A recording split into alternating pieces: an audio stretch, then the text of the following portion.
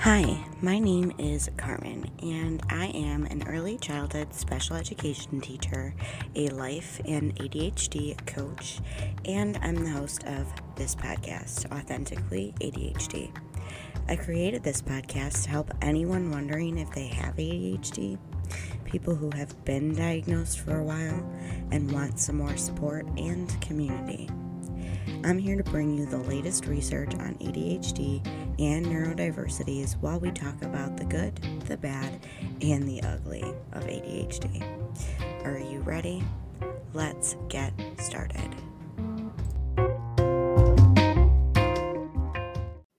Hi, my friend, and welcome back to the podcast. I hope that you have enjoyed the re-release episodes, and I want to thank you for being so cool about me taking a break.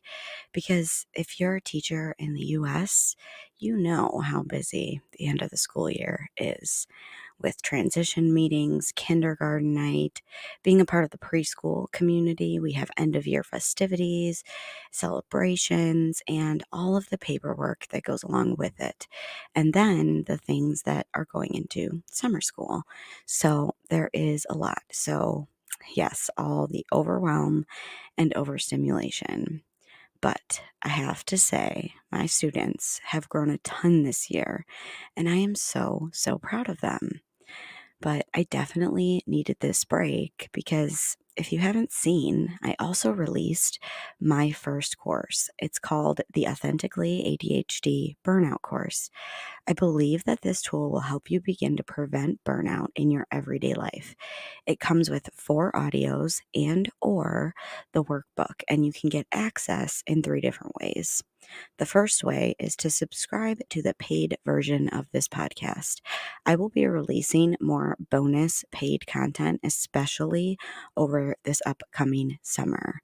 So I really encourage you to pay that $2.99 a month, and you can get access to all the things. You can purchase each item. This is the second way. So you can choose if you want the workbook, the audios, or both on the Patreon. And the third way is by joining my top tier on the Patreon, where you get all of the resources that I have, early access to podcast episodes, and more bonus content that I have planned for this summer. So I hope to see you over in the Patreon community. All right, my friend, let's get into today's episode. I thought of this topic because I really needed to like reassess, I guess you could say, my ADHD toolbox and my strategies and accommodations and all that's included in that toolbox.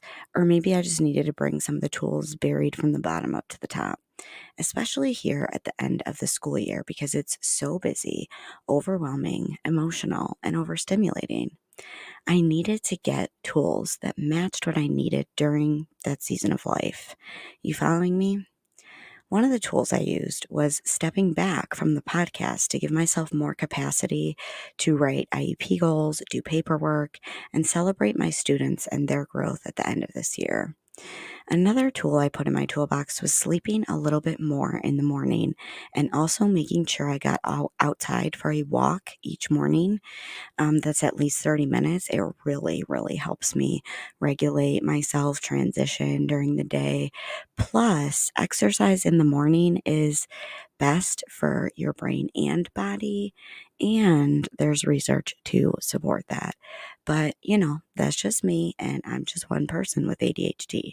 We are all different. And ADHD is a spectrum, meaning we all experience different symptoms and negative outcomes to varying degrees.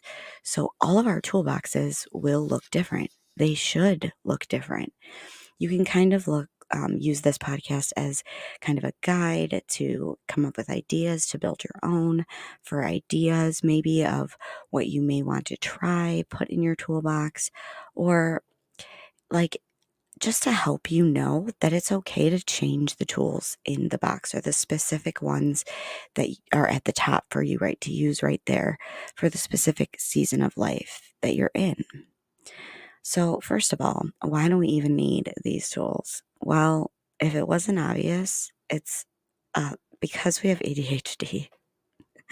Our brains, they develop differently, and we have to do things like externalizing our brains, create systems to help us on low capacity days, create ways for us to remember important things, dates, and appointments. We have poor executive functions, and these executive functions are things that assist us in being successful adults in life. These things like organization, getting to bed on time, getting up on time management in general, emotional regulation, impulsivity, planning, prioritizing. And like, that's not even all of them because I could keep listing and listing. So, creating a visual or digital, wow, I was just trying to mix up the words visual and digital and put them together. That's hilarious. Anyways, so creating that digital toolbox that you can pull up on your phone, on paper, whenever you need them, like those strategies, those accommodations, anything on the fly, or even just in your daily life. I mean, I use mine every day in emergencies and really anytime I'm like, I need a tool here. This isn't working. It took a little time to build it, but I promise you, it is so worth it. So, do you identify with having or using a toolbox like this? Or maybe you would tailor yours more to your specific needs. This episode is definitely for you. I relate so much. I'm right there with you. So, how do we create and personalize these toolboxes? I do have a template. It's in the show notes that you can use or create your own. Make it visual and make it accessible. That's the first step. We can't just remember them. There's too many. And when you need it, you most likely will not be able to recall those tools in your toolbox with our sucky working memories. So, what goes into this toolbox? Well, in my format, each area of executive function or time of day I struggle with, that's what I put in the area part of like the template. And then I put the tools underneath. So, maybe you have a hard time going to bed at night. Maybe you have a hard time getting up in the morning. Maybe you have a hard time with transitions. Maybe it's more with just your working memory in general. Maybe it's all of them. I invite you to write out your day and then go back and find those difficult parts. Figure out what area it may be. Which executive function or time of day do you struggle with the most? Some areas we can look at are organization, emotional regulation, time management, the morning, the evening, midday, transitions, the working memory of it all, and then looking at why do you struggle. For me, I have time blindness so bad that in my time management box, I use timers, a scheduling app, and my Gmail calendar that all sync together and they make noise in little alarms, especially before I have to leave to go somewhere. In my organization box, I use 20-minute tidies and a designated workspace with minimal distractions. You may want to build in ways to organize like that make sense for you. They may not make sense to somebody else, but if it doesn't have to make sense to anybody else and it makes sense to you, please keep using it. That's the point. The other tip that I have is to get support.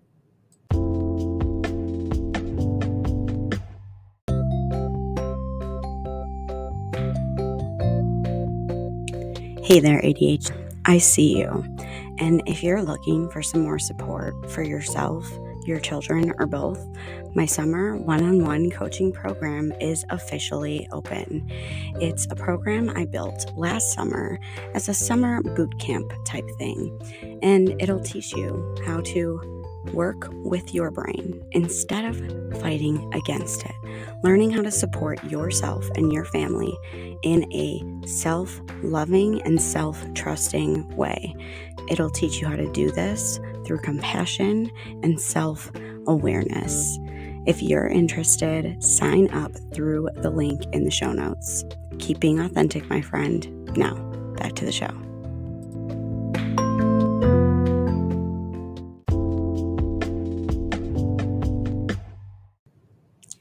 So getting some coaching from me, or even joining my program that I'm in right now, the Focused program by Kristen Carter, use that link in my show notes and we both save money.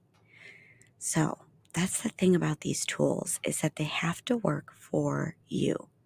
So pick the tools you need to see if they work. What works for me won't always work for you. So remember that this is your toolbox. I use Post-it notes, journals, and other things to externalize my memory. You may need some more emotional regulation tools like breathing exercises, identifying your emotions, and processing them.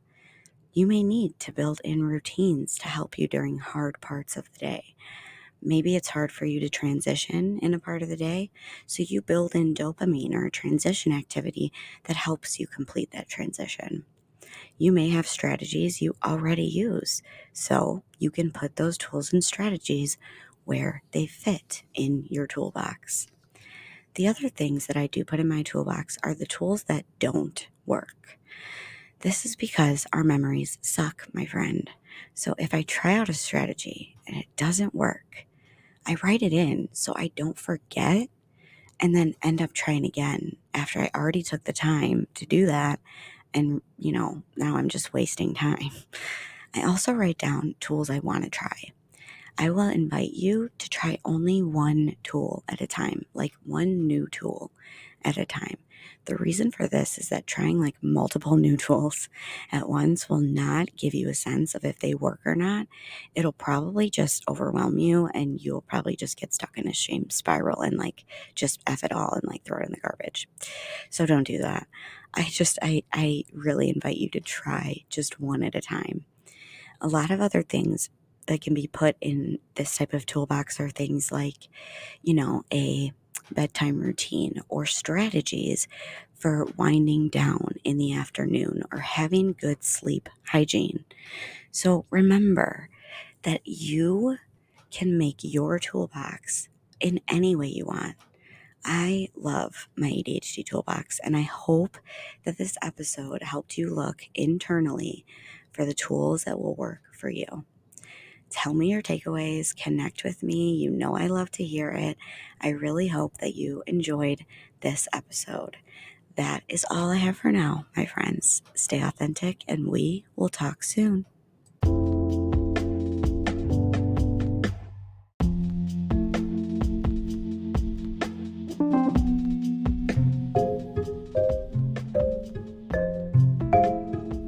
Speaking of extra supports, I just wanted to tell you all that I've updated my Patreon page to include all of the resources that I've really ever made to be held in one place.